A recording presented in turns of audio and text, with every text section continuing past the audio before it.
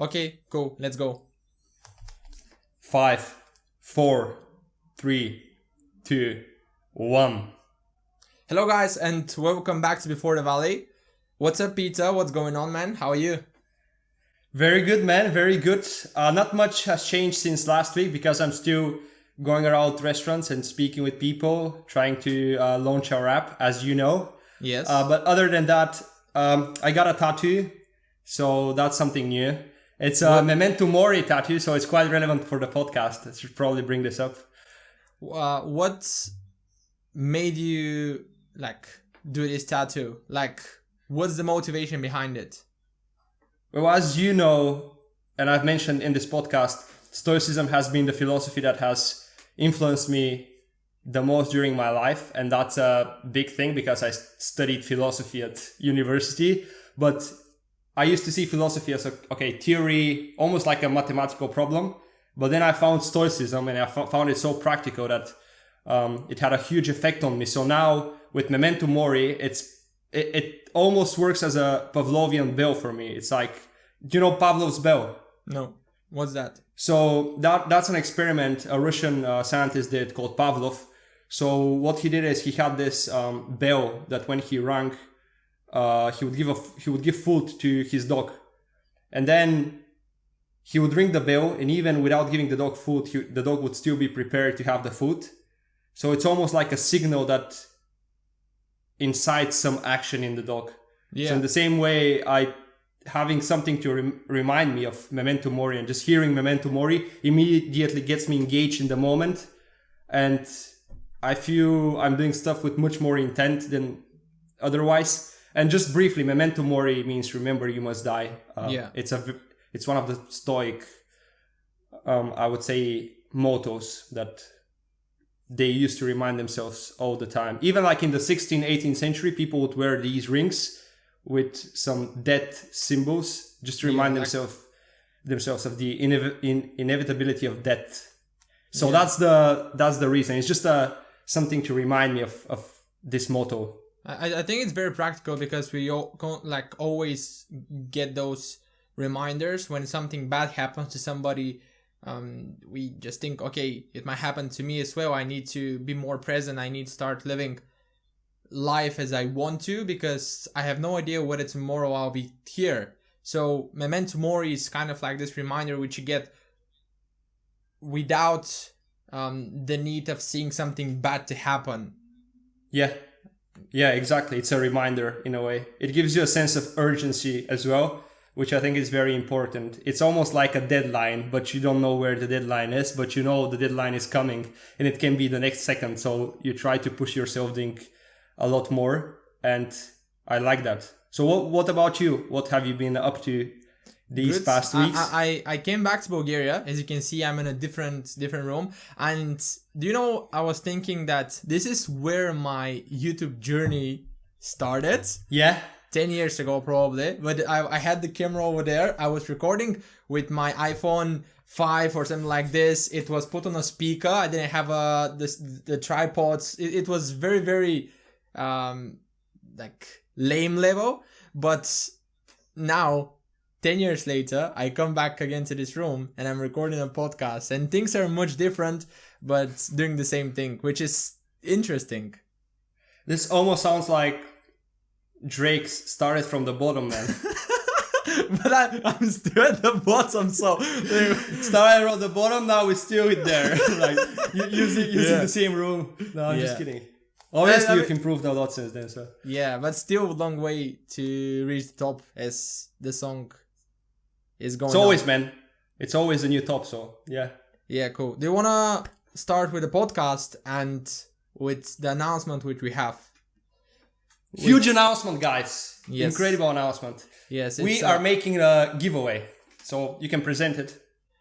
Okay. So we're doing a giveaway, as Peter said. And why are we doing this giveaway? Because we wanted to engage more with you and give back something to the people that support us. Because we've seen so much support from particular people who have been giving us feedback since the first episode.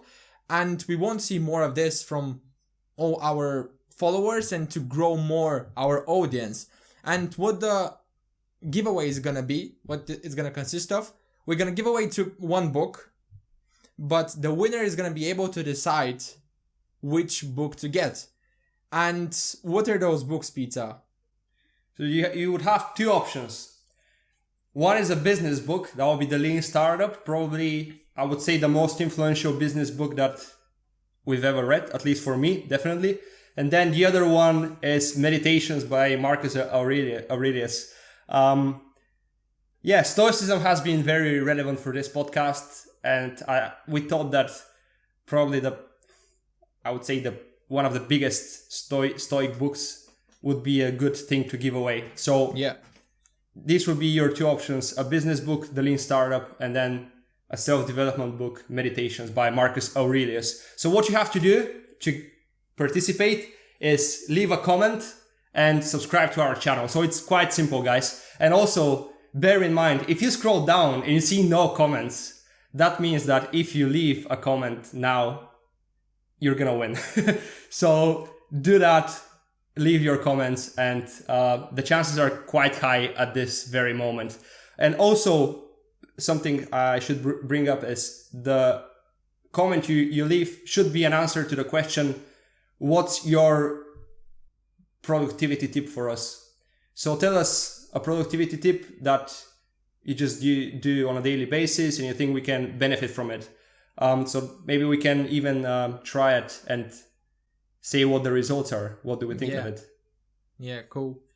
Yeah, but it's very simple, as Peter said. You have to just follow us. Subscribe to our channel and answer this question, sharing with the people who are going to also see your comments. What's your greatest productivity tip, which is going to be helpful for everybody else who sees it. Yeah, exactly. Great. So that's the giveaway. Make sure to participate, guys. We are giving away a free book, and we're going to do this every podcast. I think that's the plan for now. We're gonna see how it goes and if it's working actually, and if we have people that want to participate, and if your answers are good. Yes, also. Exactly. Exactly. Cool. So today's episode is gonna be once again questions on the spot, and we want to test ourselves once again. How are we doing with answering questions that we have not prepared for? We thought it worked quite well last time, so that's why we are also doing it today. I can start, yeah, sure. Cool, great.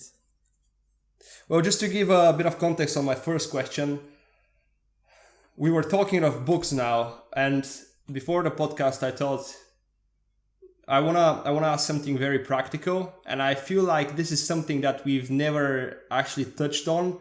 It's a bit surprising. The answer to this question for me is a bit surprising. It's like we've never discussed it in this podcast.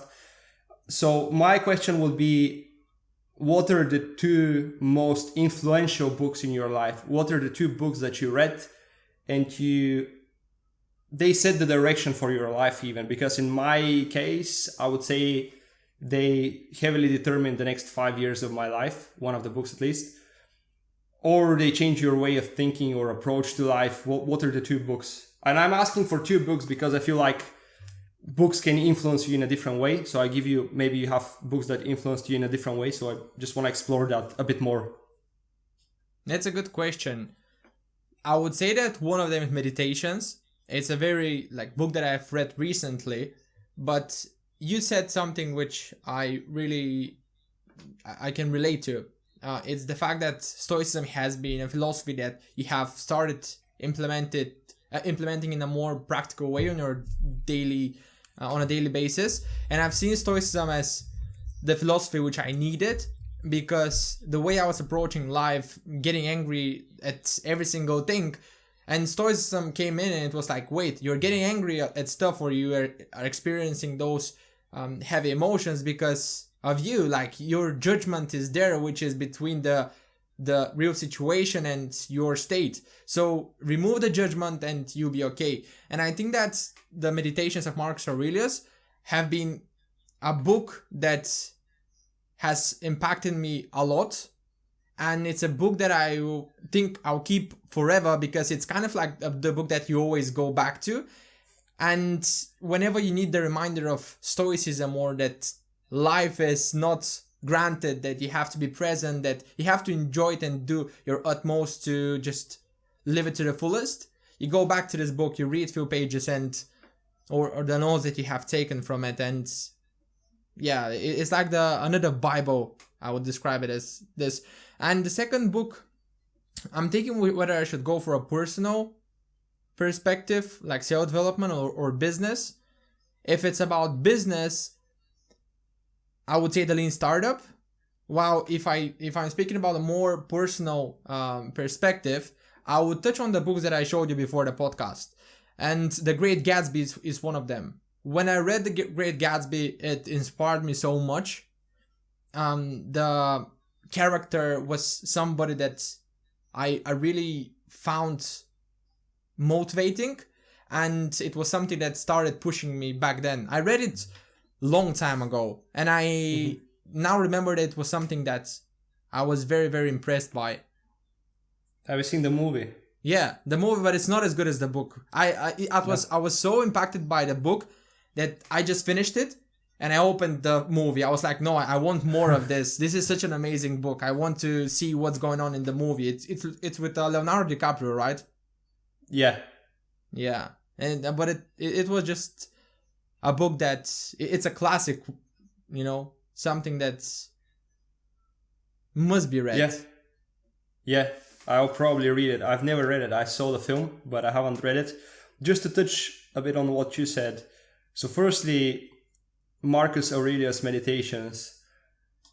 I feel like the first 10 pages of this book, basically what he does in it is thank all his tutors, all his teachers, and every single line in that thank you notes is fantastic. It's just like, I thank this person for, and it's something very specific. Like it's yeah. He even speaks about like daily stuff, like routine stuff, and it's very specific. And because it's so specific, you can kind of think of ways to apply it in your own life. So I feel like that's how it has helped me as well. So I do see how this can be a very influential book. As for The Great Gatsby, I guess it has been more of a motivational, inspirational kind of book for you. So you kind of associate with the character, or you want to be as the character, and that's how it works on you. I think these are two very decent answers. I'm gonna say mine because, as I said, I don't think we've ever brought up any of them. I think we brought up the second one, but the first one is very interesting, and I think it can help people as well, because as we discussed, the two of us, I think philosophy can have a very pragmatic value for you as well. Even theoretical philosophy, which is metaphysical philosophy, which is not giving you any life advice or ethical advice or whatever. I think it's a very good exercise for your brain, and it's like solving a mathematical problem. And even for me, when I start thinking or reading about philosophy, very often I would find solutions to real life problems without them being related in any obvious way. So the first book would be Sophie's World. Sophie's World is a introduction to philosophy book by Justin Gardner. It's basically a story of a girl which has a very interesting life, and through that very interesting life, she explores different philosophical ideas. I got recommended that by my philosophy teacher. I read that, and I only read one philosophical book. That was it. I became second in Bulgaria on the philosophy Olympiad after this book. Yeah, it's incredible. Especially for me, it affected me very, very deeply, and it helps you remember the different schools of thought. And it's a very good book. And that's why I studied philosophy at university after that. So that is probably one of the most influential. The second one would be 12 Rules for Life by Jordan Peterson. Jordan Peterson has been probably one of the top 5 most influential people in my life. And I knew a lot of what the book said in advance because I probably watched like hundreds of hours of his lectures. But still, I think the book is very influential as well. And it's going to help you find yourself. I feel like that's how it worked for me. So this would be my two recommendations. Good. I have a follow-up question. It's not something that I planned, but to make it more practical, what are the ways through which you consume books? I mean, I assume you have different strategies for different type of books, but do you have a framework that you have implemented? Just what's your approach when it comes to reading books in order to remember or to learn more from them? Well, I think a good thing to do, which I don't do that often, I do with courses, is make a summary after each chapter. Okay. That way you not only remember what's in the book, but you also train your mind to remember information in general better. So that's, I think, making a summary after each chapter is very good. Another thing I think is very good is your approach to the book. So when I read, especially like self-development books, or for example, Meditations by Marcus Aurelius, I would think on specific examples in my own life where I can apply this advice. So for example, it will be something, he would say something, and then I would think, oh, maybe when I'm in an argument with someone, I can approach it in this way. So that's two things I do. What about you? Well, I would say that I have a more of a structured approach. So point one is that I always take notes in books. I mean, I open them, and whenever there is something which catches my attention, I underline it and I start thinking about it. I even sometimes speak out loud for points that I like. For meditations, I think I mentioned it in one of the podcasts, but I was reading the book, and whenever I see something that I really relate to, I leave the book and I start thinking about it and speaking to myself about it. Okay, Nikolay, you see what this guy was doing, you see what he thinks. What's your view on this? And I start just practicing my communication skills as well, because it's something that can kind of help you to structure your thoughts in a better way. But also, as you said, kind of a summary of the points that are in the book. Point two is that, as I said, I always take notes, or I put down the pages which I really enjoyed reading. And after finishing the book, I take all this and I put it on my laptop. And from time to time, I just open this notes books document on my laptop, and I read some of the points there. If I need something about business or to just remember stuff from The Effective Executive, I just go through it and I start seeing stuff that I can actually apply now that I've forgotten about. And I think this is crucial because in many ways, reading books is meant to teach you something, and this is why we do it. Even if it's not a self-development or more of a practical book, there's still stuff that we can learn from, and we just need to consume this information somehow and record it somewhere so that we can learn from it and think what are the next steps that we can implement. Yeah, it's very interesting if you look at this with System 1 and System 2. So these are there's a psychological framework used in behavioral economics as well of System 1 and System 2. So System 1 is the intuitive, I guess, what you do on a daily basis, like kind of no thought way of doing stuff. While System 2 is the more rational. So when you're doing stuff, but you think about how to do stuff, that's System 2. And it's very often that you try to implement something. It first goes through System 2 because you need the intent, you need the rationale behind it. And then it becomes part of your System 1. But the thing with this is that you can very often lose stuff. So for example, bad habits or losing good habits is something that might happen to you. So I think by having notes, you kind of, if you go through them, you can kind of see what you already implemented and you're doing intuitively and what you still have to work on or what you lost. And then you can actually think and consciously start implementing it in your life again. And I feel like that's best to do with notes, just because you can't read the same books again. You have to go through your notes and be like, oh, I'm not doing this intuitively. Then that means that I should probably put in the effort to start doing it. Yeah. And it's very important just to add to this, when it comes to the first part of doing things intuitively, I think it's very practical whenever you find something to think how you can implement it, as you mentioned. And with the Y Combinator book, which I'm reading right now, whenever I see something that we can implement in our venture, I send it to you and say, look, Peter, we need to implement this, or this is a good idea to think about. And it's kind of like learning from the book and from the people behind it and all their experience. It's like the shortcut to doing stuff correct. Yeah, exactly. It's almost like, I remember we discussed in one of our previous podcasts, it's like if you have a strong network, you can always ask the right questions and learn from others' experience. So it's the same thing. And I just want to briefly also add that I feel like a lot of people, or at least I was like that, I was thinking, okay, that's a new habit that I want to acquire. And then I would be like, oh, but you have to consciously think on it. And if I have to consciously think of it, I don't think I'm going to adopt the habit.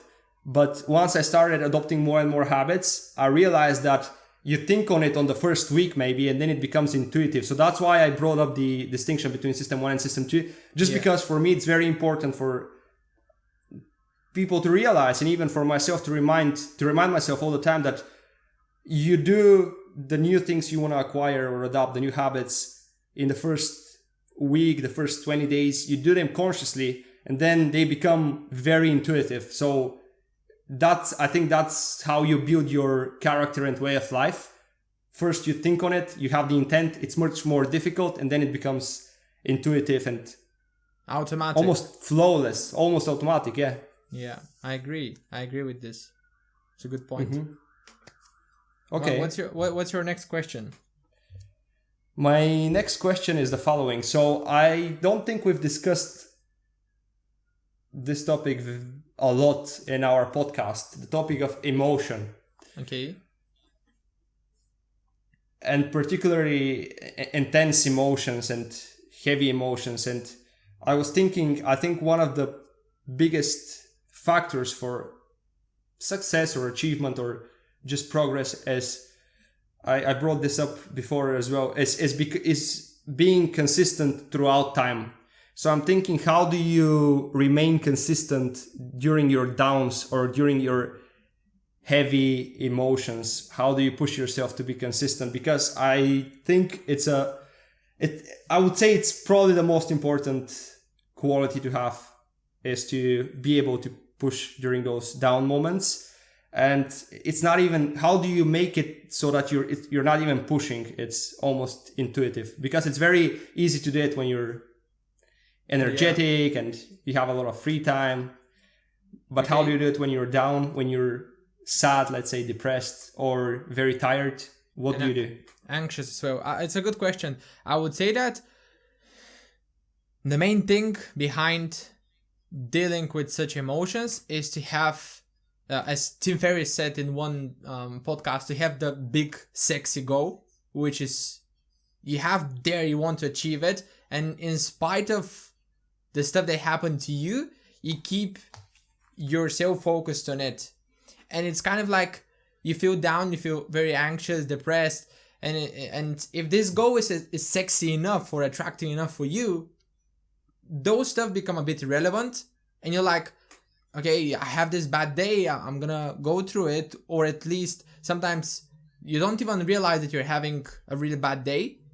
You have it, and the next day when you wake up on a fresh mind, you're like, wait, I have this goal to pursue, and I really want to do this.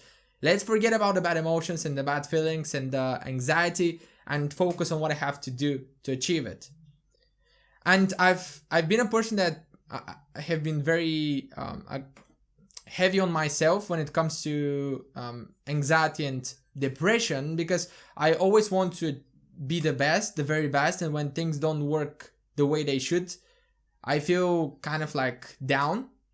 And Stoicism is also something that has helped me a lot, which I just mentioned previously, but it's the philosophy which taught me, okay, so what happened? What can you do about what happened? Nothing. Just focus on what you have now, deal with it, and do whatever you can to, be at the very best position that you can for the next day. If it comes, cool, deal with it again. But if it doesn't, you did your utmost now, and this is what mattered. This is why, this is the purpose of life, as Marcus Aurelius says, to do your work the way he describes it, and your work is like the stuff that you enjoy, at least how I see it. Yeah. So these are some very good tips. What about you? Because I think that we're very different when it comes to emotions. Because I'm or at least from what I've seen from you, I'm more emotional when it comes to reacting to stuff. I've changed a bit, and I've tried to grow up when it comes to being in a healthy relationship with myself. But I've seen you being more stable. So how do you deal with the bad moments and the bad emotions? I think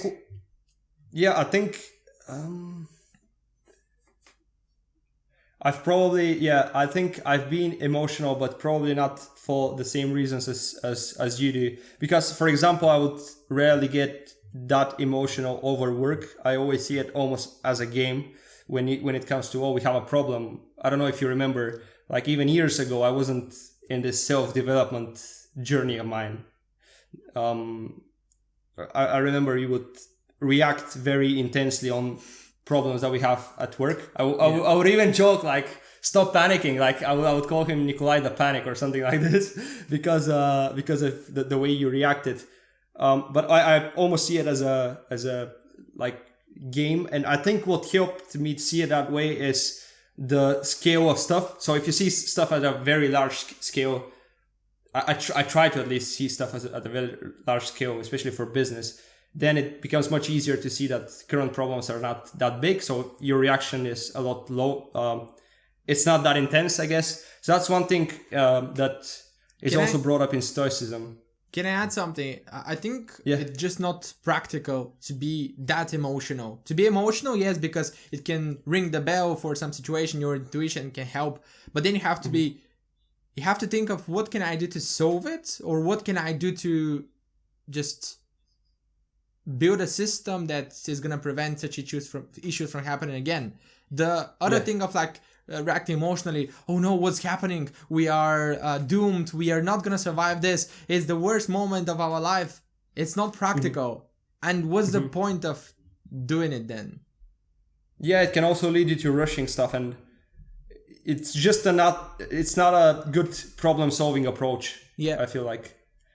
Yeah, definitely. Cool. Yeah, I was thinking of Stoicism and how Stoicism, they have this, Marcus Aurelius has this exercise of zooming out. So it's the same thing. Once you start zooming out, you realize that your problems are just nothing compared to all other people's problems. And you just lose the emotion because you realize, why am I getting so upset over something so small?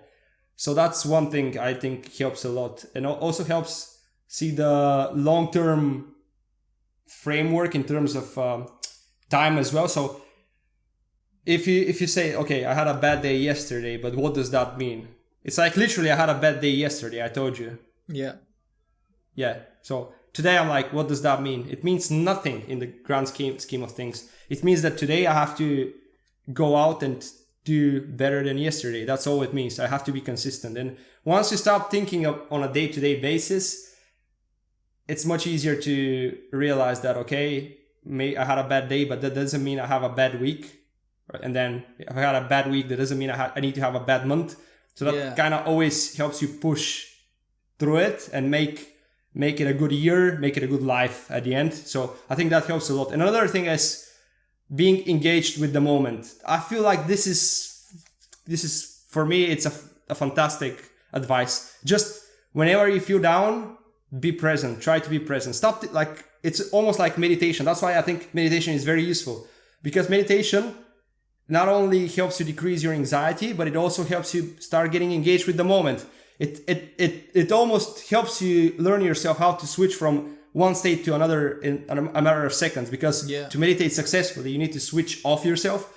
And then once you learn to do that, you can switch from one state to another very quickly. So if you're emotional, you can change the emotion very quickly. I think that helps. Another way to do that, by the way, to learn yourself to do that, is listen to sad music and then stop the sad music and listen to uplifting music.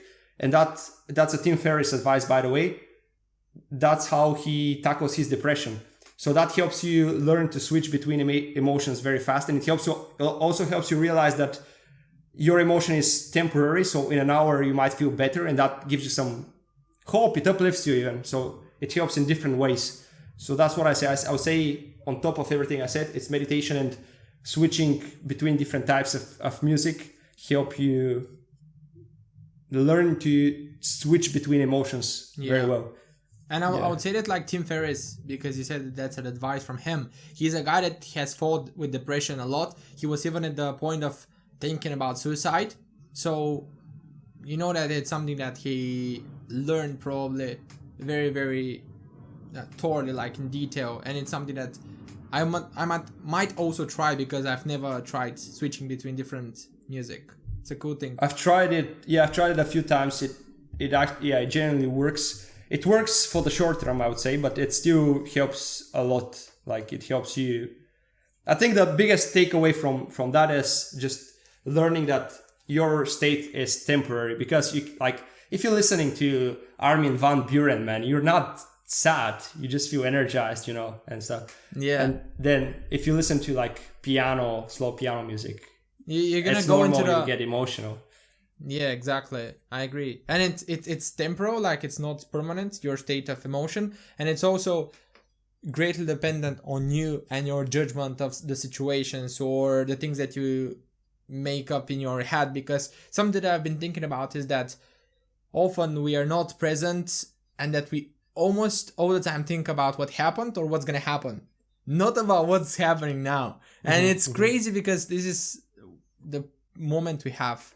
And it's something that, if we think about, can help us deal with all those heavy emotions, which are based on, as I said, the present or the future, which is, we don't possess it. It's almost, for me, what you just said, it always gasses me up so much, because it reminds me, now I'm thinking, be present, be present, be present. So I get much more engaged with what I'm doing. It's the Pavlovian bell I was telling you. Yeah. So it's just, if you focus on this one thing, I feel like, from my experience, it's very anecdotal, my experience. But I feel like if you focus on this one thing, be engaged in the moment, in the present moment, do stuff with intent, with the intention to do something. If you focus on this one thing, I feel like you can tackle almost any emotion. I wouldn't go that far, not any emotion, but obviously there are very like intense events that are much more difficult to overcome. But and sometimes it's with day-to-day emotion, I feel like it's very easy to. Yeah, and sometimes like stuff such as depression, they require a bit more of an effort to deal with them. Definitely, yeah. At least what I've seen from other people, YouTubers, or stuff that I've been reading about, they require a professional to deal with them. It's not like, okay, I'm present. Okay, I'm not longer depressed. Yeah. I even hate what I just said with like try to focus on this one thing. I really hate that, because it sounds like almost like a magical pill. It's never that simple. It's never that simple. Yeah, so it's something that helps me. But yeah, it obviously isn't the only way. It's just an advice, I guess. Cool. That you can try. Mm-hmm. All right. I have one more question, which is a very short one, and I want a short answer from you, and we can end the podcast. The question is, what inspires you? In a way that, where do you get your inspiration from? Wait. Let me just fill the question. It's not your goals only, but also when you feel down, there must be something outside your environment. That reminds you of the stuff that you want to achieve. I don't know, just what inspires you. It could be people, books, your goals, Casper. It could be everything. So this guy says, I have a very short question for you, and then he throws what inspires you. It's like what inspires. I could probably write an essay on this. No, it's just what inspires me now, or what inspired me in the latest thing that I was inspired of is this. It could be an article, or it could be a person that you were listening to. Yeah, back to Stoicism. Marcus Aurelius used to ask himself, what would Zeno do? Zeno is the first Stoic. So kind of having someone to look up to, or his idealized version, because no one's perfect, having an idealized version of someone in your head, for me, that's Elon Musk. Helps a lot. So even if I'm down, if I'm not in a good mood, I would sometimes think of, okay, what would Elon do in these situations? And he's like a machine. So for at least in my head, he's a machine. Like it could be very different in reality because I don't know the person, but yeah, having someone to look up to, I feel like is very inspirational for me. And his ideas they're grand ideas. They're ideas that I support as well, just like the progress of humanity. But thinking about the progress of humanity is not that influential. It's inspiring, but not in the same way of thinking what would someone that you have a image in your head of doing this particular situation. So that's one tip. I won't go too detailed because, as I said, there are multiple things, but that's the first thing that came to my mind. What about you? You can answer with one. Now, I would say people, and seeing people that are having bold statements in life and that are pursuing those ambitious goals, and seeing them doing their utmost to achieve them, and like, I don't know, to be developing on a daily basis, achieving more and more. It's kind of like giving you this idea, okay, I can do this as well, and I want to do this, and here is how I would put their like motivation in my context, like in terms of my goals, because you can get inspired by anybody. It shouldn't be a person who's only a businessman or somebody. It could be a writer. It could be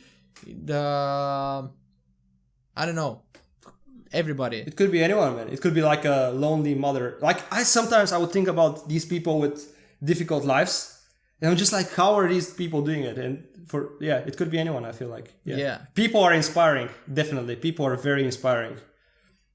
Yes, cool, great. So this was the episode for today. I think it was a good one. I enjoyed the conversation, and we haven't had a podcast for 2 weeks. I think we recorded one. It probably should have been a secret, but we didn't launch it because it wasn't recorded. Yeah. Probably it had some technical issues. So yeah, this was the. But we had a nice chat, man, last time, even if we didn't upload it. Even if they were like, that was the best episode. Like all the secrets to life were in that episode. And we'll release it if we get 1 million followers and subscribers, you know? Cool. Yeah. All right. Well, thank you very much for the conversation, Peter. We're gonna continue now on a private level about the business and stuff, what we're gonna do today in the call with PPN. And yeah, we are gonna... I don't know what we're gonna... What we're gonna do is pick a winner. Oh yes, exactly. We're gonna pick a winner in the giveaway. Yeah. So don't forget, what's your greatest productivity tip? Down in the comments. Subscribe to the channel. That's the 2 things you need to do to participate. And you win cool books, man. It's free books. It's free real estate. Why wouldn't you participate? It's literally like, it could be, I do this one thing, which is like two words. You can do that and win a book. So yeah, exactly. I do agree. And thank you very much for watching, guys. I hope that you enjoyed the episode. And once again, on the spot was a good practice, I would say, good challenge for us. And we're gonna see what's gonna be the next episode, whether it's gonna be on the spot or it's gonna be something else. But make sure, as Peter said, to subscribe so that you can win the book and don't miss our next episode. Yeah, definitely. Thank you, guys. Thank you for watching. Thank you. Bye-bye. Bye.